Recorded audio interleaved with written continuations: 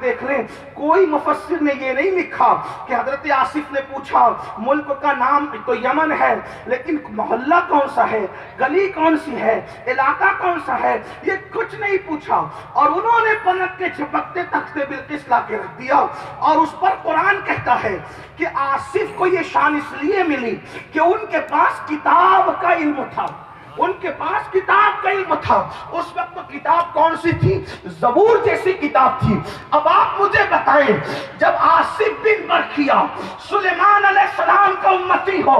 اور اللہ اکبر زبور جیسی کتاب کا علم ہو تو کرامت کا عالم یہ ہے کہ پلک کے جھپکتے محلہ معلوم کیے بغیر، علاقہ معلوم کیے بغیر، گلی معلوم کیے بغیر اللہ اکبر خدا ان کے سامنے سمیٹ دیتا ہے سب کچھ، اور ان کو معلوم کرنے کی ضرورت نہیں پڑتی۔ جب وہ تخت بلقیس لا سکتے ہیں، جب سلیمان علیہ السلام کی امتی کی شان ہے، حالانکہ آصف امتی ہے، صرف امتی، اولاد میں نہیں ہے، اللہ اکبر جب صرف امتی ہونے پر یہ شان ہے تو وہ عبد القادر جیلانی صرف امتی ہی نہیں ہے بلکہ اولاد میں سے بھی ہے۔ سلیمان علیہ السلام کی امتی کے پاس زبور جیسی کتاب کا علم ہے اور غوث اعظم کے پاس قرآن جیسی کتاب کا علم ہے۔ جب آصف کی کرامت کا یہ عالم ہے تو غوث اعظم کی کرامتوں کا عالم کیا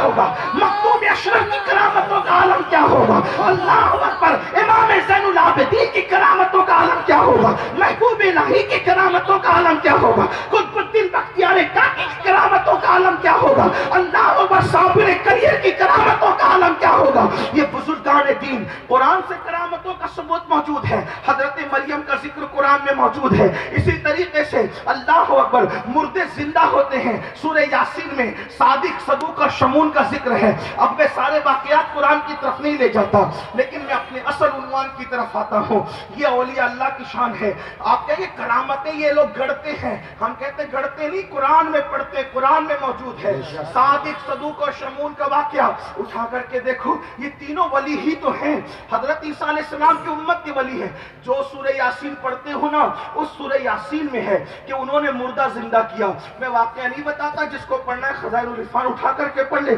جس کو پڑھنا ہے ضیاء القرآن اٹھا کے پڑھ لے، جس کو پڑھنا ہے ابن عباس کی تفسیر اٹھا کے پڑھ لے۔ اشارہ دیتا ہوں، جب انہوں نے مردہ زندہ کیا تینوں نے، وہ مردہ زندہ ہو کے کہتا ہے کہ جب میں مر گیا تھا تو اس وقت جب یہ لوگ دعا کر رہے تھے کہ اللہ اس کو زندہ کر دے، توجہ کرنا، مردہ زندہ کیسے ہوتا ہے، ولی کیسے زندہ کرتا ہے اسے قرآن بتا رہا ہے۔ ولی کہہ رہے ہیں اللہ اسے زندہ کر دے، تو وہ زندہ ہونے والا مردہ خود گواہی دیتا ہے، کیا کہتا ہے؟ وہ یہ کہتا ہے کہ مولا جب یہ کہہ رہے تھے نا، یہ اپنے بادشاہ سے کہتا ہے اے میرے آقا جب یہ کہہ رہے تھے نا کہ اللہ اس کو زندہ کر دے، تو عیسیٰ علیہ السلام اللہ سے کہہ رہے تھے مولا یہ میرا امت کا ولی ہے، یہ میرا امتی ہے اور اس کی عزت کا سوال ہے، اگر یہ کہہ دے کہ مردہ زندہ ہو جائے تو پھر تو مردہ زندہ کر دے، کیونکہ یہاں میری عزت کا، میرے امتی کی عزت کا، میرے مذہب کی عزت کا سوال ہے۔ اب آپ سے پوچھنا چاہتا ہوں، اگر صادق اور صدوق اور شمون جیسے ولی عیسیٰ علیہ السلام کی امتی کی جب وہ مردہ زندہ کرنے کھڑے ہوتے ہیں تو عیسیٰ تائید میں کھڑے ہو کے کہتے ہیں کہ میری عزت کا سوال ہے، اور جب غوث اعظم کم باذن اللہ کہتے ہوں گے تو سید العالمین محمد الرسول اللہ تائید میں کھڑے ہو کے کہتے ہیں کہ مولا اب میرے بیٹے کی عزت کا سوال ہے، پھر مردہ زندہ۔ نعرہ تکبیر، نعرہ رسالت۔